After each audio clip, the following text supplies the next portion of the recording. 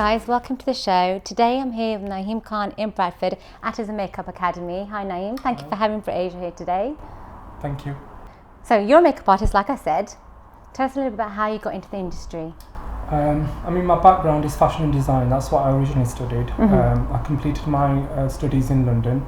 I came out with a first class degree. I was hoping to obviously go into fashion. I did do a little bit of pattern cutting for Ted Baker. I worked for Chanel, but I really wanted to get more into the Asian market. And at the time, I graduated about 8 years ago, and it wasn't Asian fashion wasn't really big.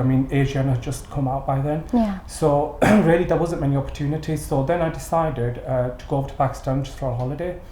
And that's when my uncles, they actually produced dramas and financed a lot of Pakistani dramas. Oh, wow. So they kind of introduced me more to the Pakistani TV and film scene.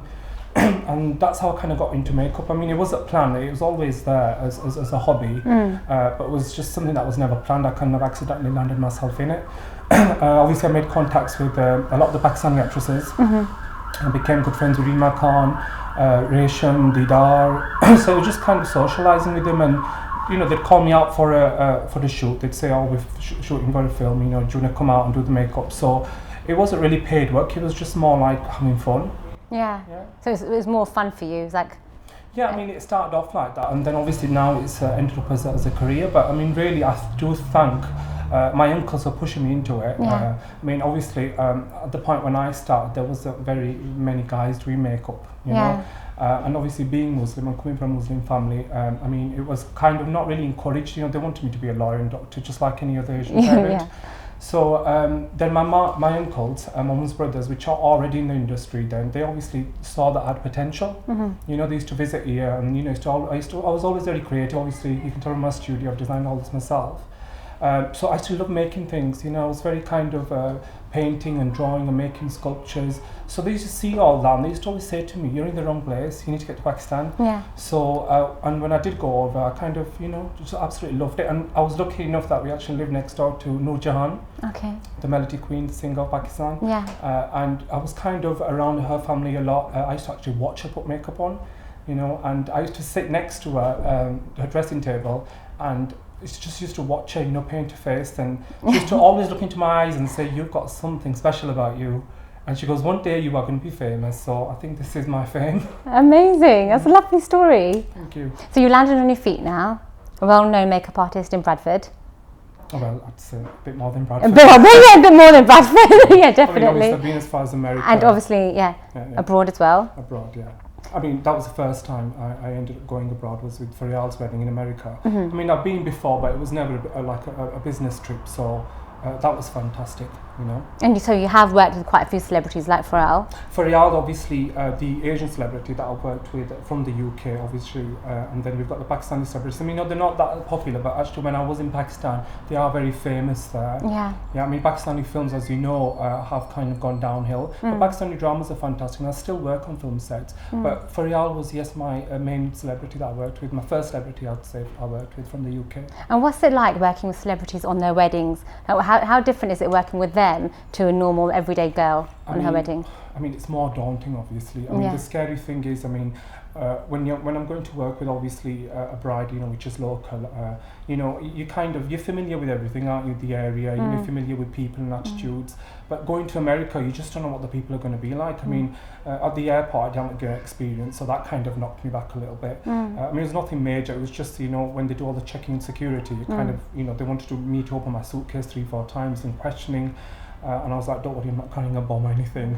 So just foundation. Yeah, absolutely, just makeup. So it was daunting. New York's a very big place, and it was scary because I don't like big places, to be honest with you. I'm a boy that comes from a small little village in Yorkshire, so it was kind of scary. I was used to living in Pakistan because I had a lot of support there, but in America it was like I didn't know anybody.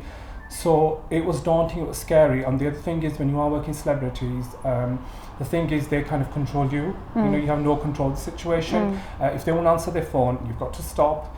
There's obviously there's TV there, there's newspapers there, they're giving interviews. So it's a constant stop work. So it kind of can drag on for 4 or 5 hours. working with celebrities, so I think it's tiring. Yeah, must be tiring.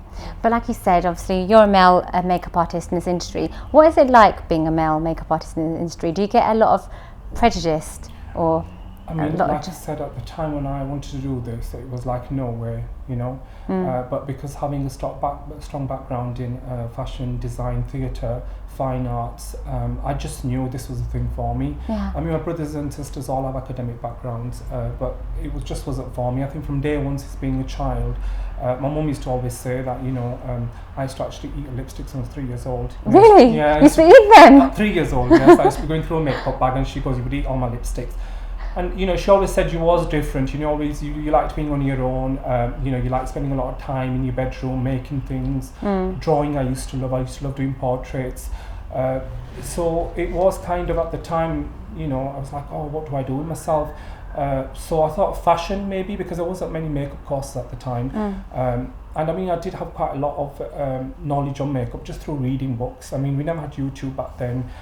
You know, we didn't have a lot of access to videos, you know, where you could watch people put makeup on. So it was really books, a couple of books. And I think I was the only person at the library that used to always sign the makeup books out at the time. Really? Yeah. So you used to go there a lot, and you think you've learnt from all sorts of places like that? And then obviously being brought up with Bollywood and then Pakistani films, you know, we had Sri Devi, we had Rekha, Meena Kumari.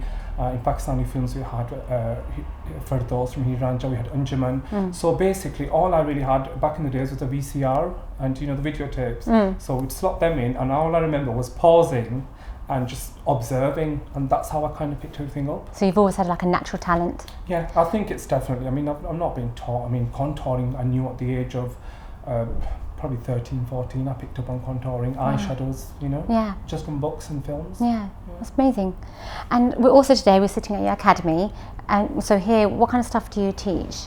Tell us a little bit about it. Again, with the teaching that I offer, it's kind of very creative again. I mean, when we do have students, I mean, I train between 10 to 15 students in each group. Okay. Now, what I tend to look for is really creativity. So when the students do come here, it's not just watching and observing and making notes. We always get them to design mood boards that reflect their personalities. So what I try to do is to bring out the creative side. You know, I find out, you know, what they enjoy doing. Even it could be dancing, you know, drawing, interior design, because it's colour, isn't it? It's a language, you know. So I really want to know what the creative sides are. Maybe sometimes, you know, we get the mature student, you know, that's maybe never had an opportunity, you know, where she's got married and, you know, she's got busy with a married life, kids. And then, you know, it's kind of a bit of sadness there because they've kind of given up on themselves and they've concentrated on families and married life. And I find them students, the mature ladies, being quite emotional when they're in the course, you know, because they feel like they've come back to something, you know, that they kind of missed out on. Bring them back to life, Absolutely, almost. Yeah. So you're going to be putting your creative talent to demonstration now, aren't you? Absolutely. You're going to do us a demo. What are you going to be doing? I'm going to be creating a modern bridal look, but it's going to have a twist of the Amrao Jan, Bakiza style, because I think that's what kind of really inspired me, you know, the wife style that they used to have, you know, the Mujra style. So always when I'm creating something, it's got to have that twist, you know, be a modern bride or a completely contemporary style bride. It's got to always have that style of a wife, should I say. Oh, I love that. Shall we get started? Of course, yes. Fantastic. Fashion.